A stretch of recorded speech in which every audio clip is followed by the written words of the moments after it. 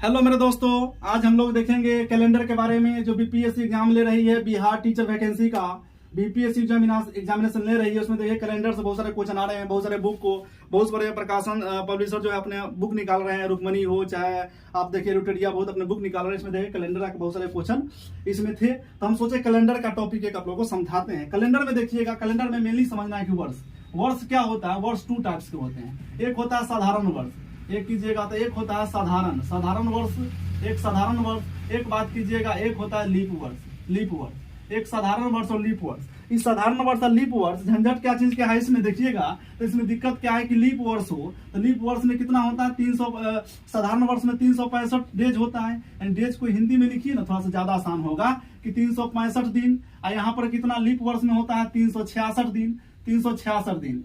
अब यहाँ पर देखिए इसमें अंतर किसका है, फरवरी का। इसमें देखिएगा फरवरी कितना 28 डेज का, इसमें जो फरवरी देखिएगा 29 का। बस दिक्कत यहीं पर है, यानी 365 366 एक दिन ज्यादा है। तो यहाँ पर फरवरी 28, यहाँ फरवरी 29 डेज का, 29 दिन का।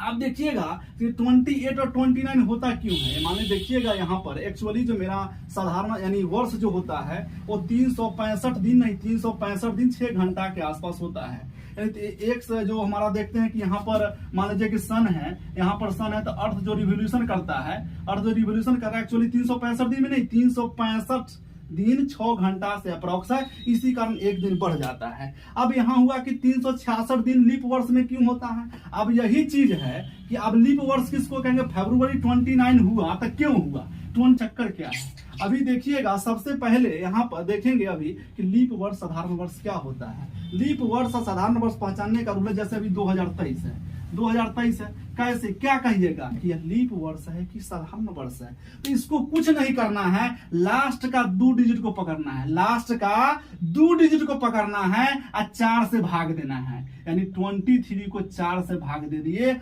अगर 4 से भाग देने पर पूरा नहीं कटता है, पूरा नहीं कटने का मतलब क्या कि रिमाइंडर बचेगा, और पूरा कटने का मतलब रिमाइंडर नहीं बचेगा। अब यहां से काटिएगा तो रिमाइंडर क्या होगा, 4 5 20 इतना आता होगा। रिमाइंडर कितना बनेगा, रिमाइंडर को आप क्या कह सकते हैं, शेषफल। शेषफल कितना बचेगा 3, और शेषफल 3 बच गया। तो कहने का मतलब 4 से जब भाग दीजिएगा, शेषफल या तो 0 आएगा, या तो 1 आएगा, या 2 आएगा, 3 आएगा। कभी भी शेषफल 4 से ज्यादा होगा नहीं होगा। तो शेषफल यहाँ पर 3 आ गया। तो कहने का मतलब क्या कि यह लीप ईयर नहीं है, यानी साधारण वर्ष है, यानी साधारण वर्ष है। यहीं पर ले लेते हैं 2020, अभी हाल फिलहाल 2020 बीता है। अगर 2020 को 4 से भाग दे, लास्ट के डिजिट को पकड़ना है, लास्ट के 2 डिजिट को पकड़ना है और 4 से भाग देना है। तो 4 5 20 पूरा कट गया। यानी पूरा कटने का मतलब शेषफल कितना बचा, शेषफल मतलब नीचे वाला 0 बचा। और जो ही शेषफल मतलब 0 बचता है, मतलब यही क्या है, लीप ईयर। यही लीप ईयर हो गया। तो कहने का मतलब ऐसे बहुत सारे निकाल सकते हैं। 2020 हुआ, मान लीजिए 2023 है ना, आने वाला 2024 भी अगले साल आने वाला है। तो 2024 का लास्ट का 2 डिजिट पकड़िए ना, लास्ट का 2 डिजिट को पकड़ना है और 4 से भाग देना है। जब 4 से भाग दीजिएगा, 4 का टेबल आता होगा, 4 5 20, 4 6 24। जो ही 24 हो गया ना, तो शेषफल कितना होगा, शेषफल 0 आ गया। मतलब क्या, ये कट गया। तो शेषफल 0 मतलब क्या होगा, लीप ईयर। तो यहाँ पर हम लोग देखें कि लीप ईयर कैसे पहचानेंगे। साधारण वर्ष क्या, जो लीप ईयर नहीं होगा सब तो साधारण वर्ष है।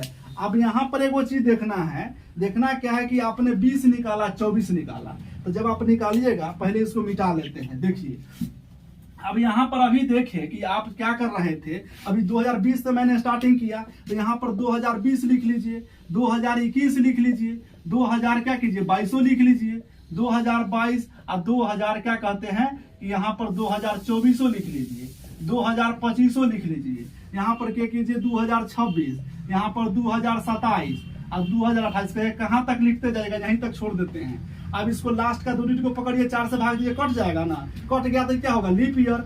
अब यहाँ 4 से भाग नहीं कटेगा तो लीप ईयर नहीं होगा। 4 से भाग दीजिएगा तो क्या होगा, लीप ईयर नहीं होगा।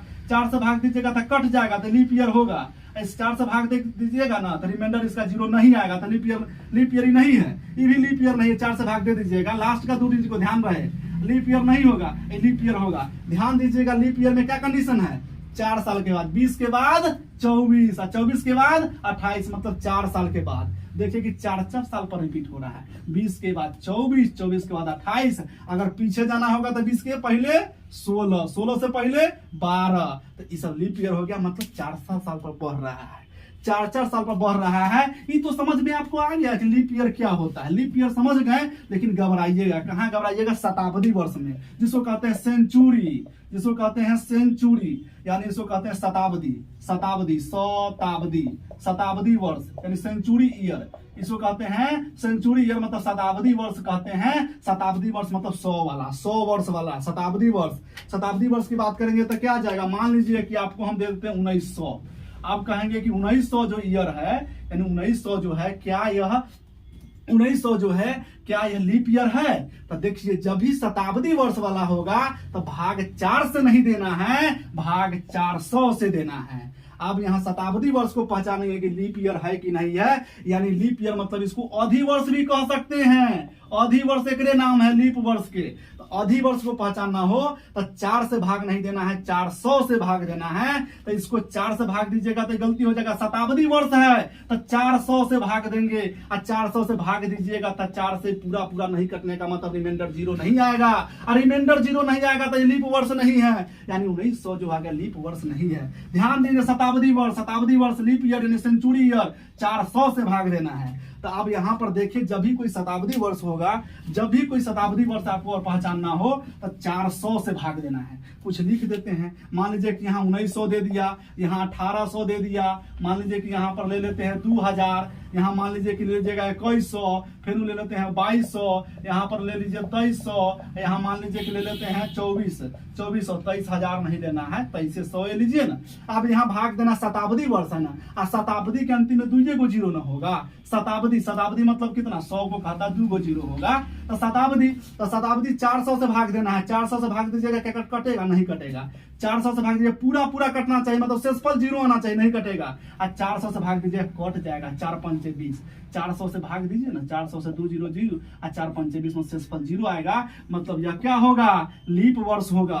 यह लीप वर्ष नहीं होगा, लीप वर्ष नहीं होगा, लीप वर्ष नहीं होगा, यह लीप वर्ष होगा। और जब यह लीप वर्ष होगा तब समझ गए कि जब भी शताब्दी वर्ष रहेगा तो 4 से भाग नहीं देना है, 400 से भाग देना है।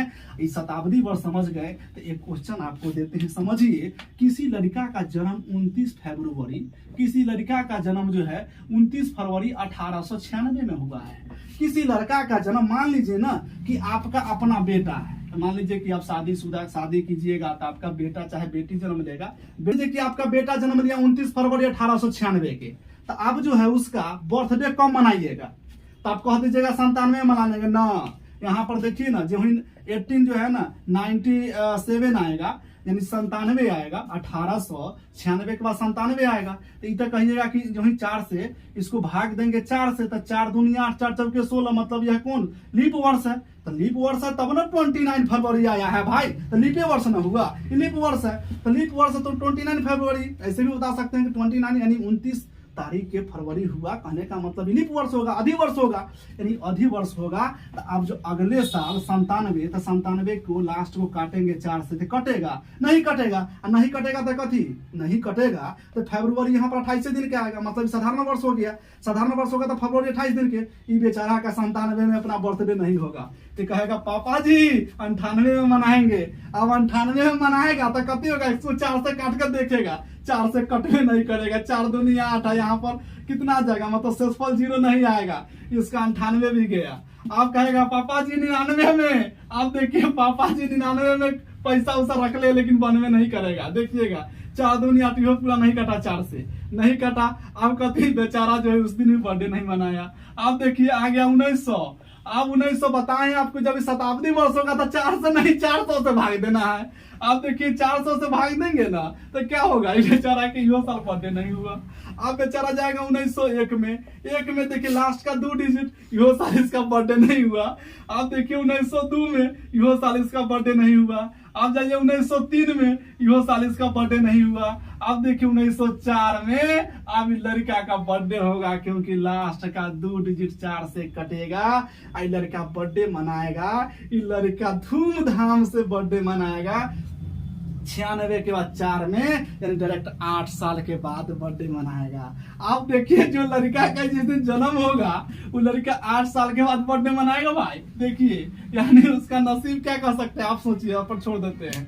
देखिए यही होता है लीप वर्ष, यही होता है साधारण वर्ष। यानी आप नॉर्मल समझे होंगे कि लीप और साधारण वर्ष क्या होता है। मेरा नाम अशोक अंकेश और मिलता